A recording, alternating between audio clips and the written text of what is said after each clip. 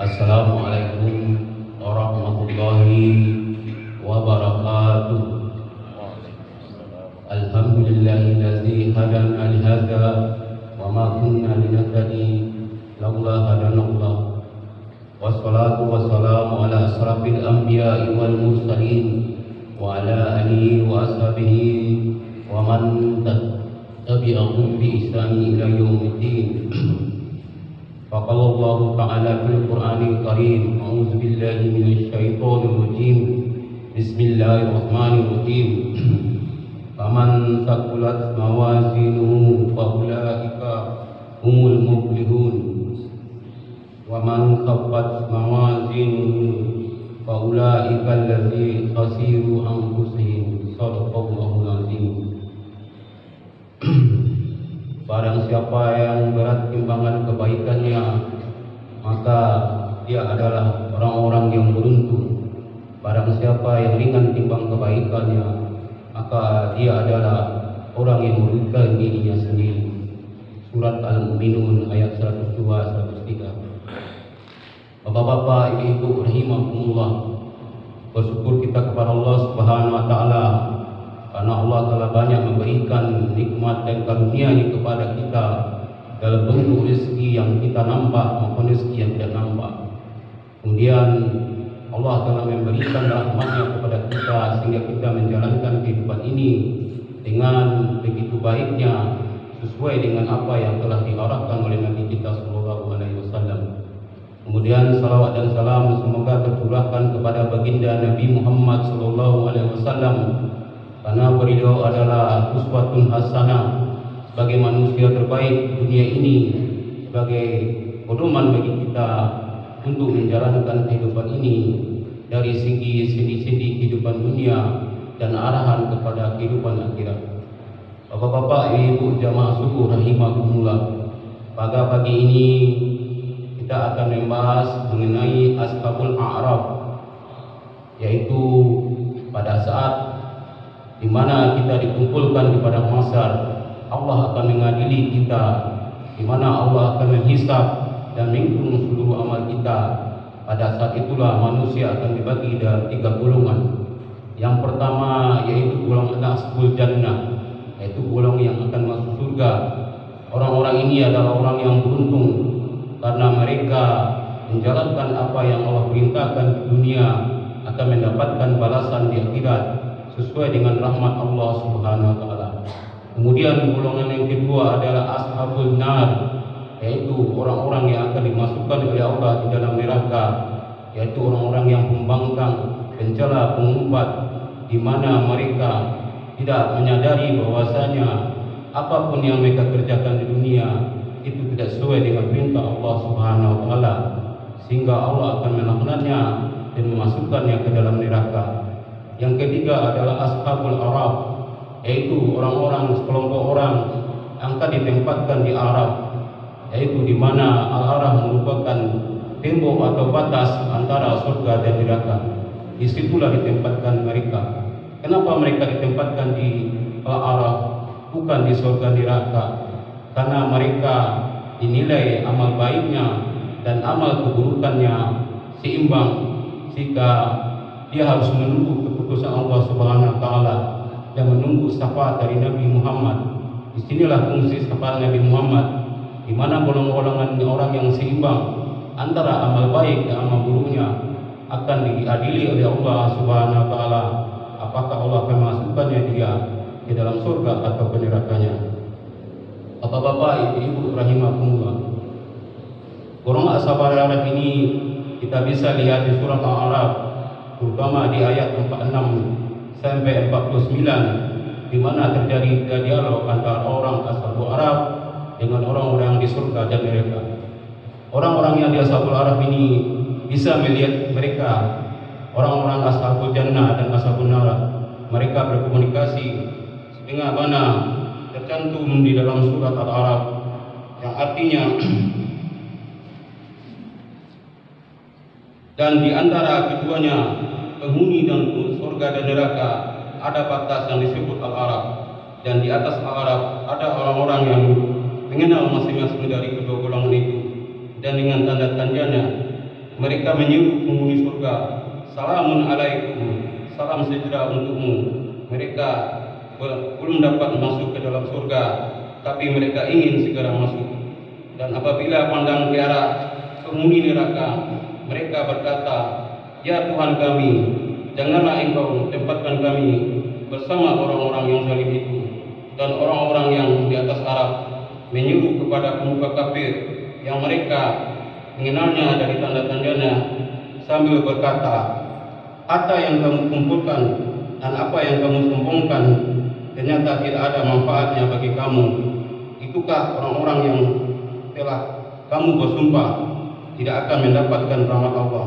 Allah berfirman, masuklah kamu ke dalam surga, dan tidak ada rasa takut padamu, dan tidak ada pula kamu bersedih hati. Itulah gambaran komunikasi antara orang ashabul Araf dengan orang yang di surga dan neraka. Di sini mereka menyatakan bahwasanya mereka ingin masuk surga, tetapi Allah masih tunda karena Allah masih menunggu syafaat dari Nabi Muhammad, apakah dia akan dimasukkan ke dalam surga atau neraka. Di sini disampaikan bahwasanya nasib akhir daripada ashabul Araf, yaitu orang yang seimbang antara pahala dan dosanya, akhirnya dimasukkan oleh Allah ke dalam surga karena Nabi Muhammad merasa iba karena umatnya adalah umat yang selalu menjalankan, akan tetapi keseimbangan antara amal dan surga, amal dan pahala, amal dan dosa itu masih dilakukan oleh Allah SWT. Disinilah fungsi kita berselawat kepada Nabi pada saat ini. Syafaat Nabi Muhammad dibutuhkan. Kalau seandainya kita selawat kepada Nabi kurang, Nabi tidak akan memperoleh atau tidak mengacukan kita pada saat kita dibutuhkan pada saat sulit di saat ini. Kemudian ada beberapa pendapat ulama, siapakah ashabul Araf? Dari 12 pendapat, ada 4 yang rajih atau 4 yang kuat yang mendekati daripada pengertian ashabul Araf. Yang pertama, mereka adalah penghuni calon surga yang paling miskin. Kenapa dikatakan miskin? Karena modalnya masuk surga hanya 0, artinya antara pahala dan dosanya itu seimbang, sehingga dikatakan oleh Allah bahwa penghuni calon surga yang miskin adalah ashabul Araf. Kemudian orang yang menginginkan mati syahid di jalan Allah tetapi durhaka kepada orang tua mereka, di mana orang-orang yang ingin berjuang di jalan Allah mati syahid tapi tidak diizinkan oleh orang tuanya untuk berperang, dia ikut juga berperang, kemudian dia mati syahid. Disinilah termasuk kepada golongan ashabul Araf. Ketiga, mereka adalah satu kaum yang mempunyai dosa-dosa kecil yang tidak terhapus dan dari penyakit maupun musibah. Artinya bahwasanya dosa-dosa kecil mereka tidak terhapuskan oleh akibat daripada penyakit-penyakit yang diderita. Kita tahu bahwa penyakit adalah salah satu penghapus dosa, kemudian musibah juga adalah salah satu penghapus dosa. Akan tetapi penyakit-penyakit ini tidak bisa menghapuskan dosanya, sehingga seimbanglah antara amal kebaikan dan dosanya. Kemudian yang keempat adalah mereka anak-anak zina. Ini menurut Nasir Al-Qusairi dari Ibnu Abbas, bahwasanya anak-anak zina ini anak-anak yang tidak berdosa, tetapi karena sesuatu pola orang tuanya, tingkah orang tuanya menyebabkannya dia menjadi anak-anak yang tidak diharapkan, kemudian menjadi anak-anak yang disebut anak zina. Dari beberapa penyampaian tadi ada beberapa kesimpulan. Yang pertama, bahwa balasan seorang di akhirat tergantung apa yang diperbuat di dunia. Artinya dunia darul amal, sementara akhirat adalah darul jazaa. Perbanyaklah amal kita, sedikitlah dosa kita. Jangan sampai kita nanti terkatung-katung termasuk ashabul Araf yang nantinya kita paling belakangan masuk surga. Kemudian jangan terlalu mengandalkan amal kita, karena amal baik yang kita lakukan hakikatnya dari pertolongan Allah Subhanahu wa taala.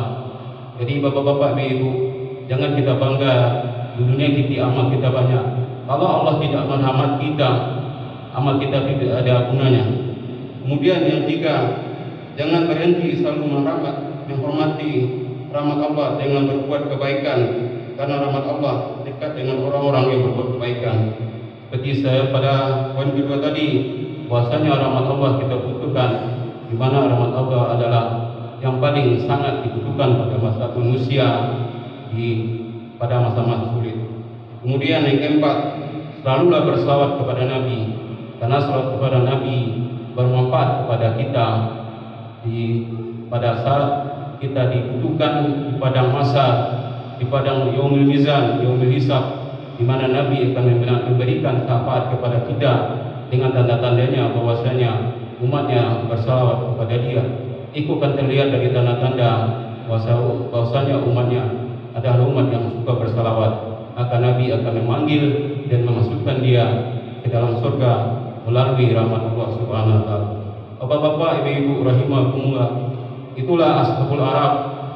Ayat ini mengenai Ashabul Araf ini kita baca di surat Al-Araf, di surat yang mulai dari ayat 36 sampai ayat 50. Di situ digambarkan bahwasanya Ashabul Araf adalah golongan yang masih terkatung-katung, di mana dia diletakkan di dalam batas tembok antara surga dan neraka. Disitulah kita akan membutuhkan sifat Nabi dan rahmat Allah Subhanahu wa taala. Semoga kita di dunia ini berbanyak amal, jangan kita pikirkan kita akan menjadi golongan Ashabul Araf. Apa yang kita harapkan adalah Ashabul Jannah yang bisa langsung masuk ke surganya Allah Subhanahu wa taala. Bapak-bapak, ibu-ibu rahimakumullah, demikianlah penyampaian Ashabul Araf. Mudah-mudahan bermanfaat bagi kita agar kita beramal lebih baik lagi. Terima kasih atas segala perhatiannya. Assalamualaikum warahmatullahi wabarakatuh.